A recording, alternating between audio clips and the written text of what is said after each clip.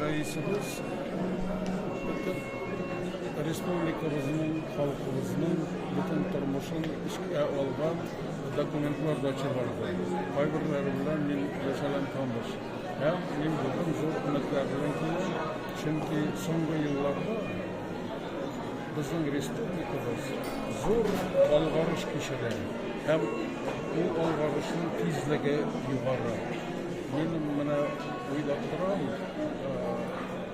kelasi yilda da şu olg'arish davom etacak. Olgan temp kemimeyecek.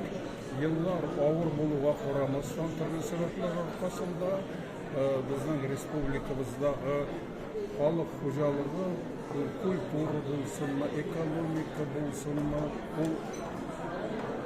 bilim olib bo'lsinmi, u salomatlik masalalari bo'lsinmi,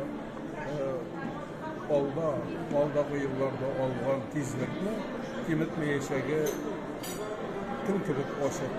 Mana shuning uchun men zo'r umidlar bilan beriga keldim.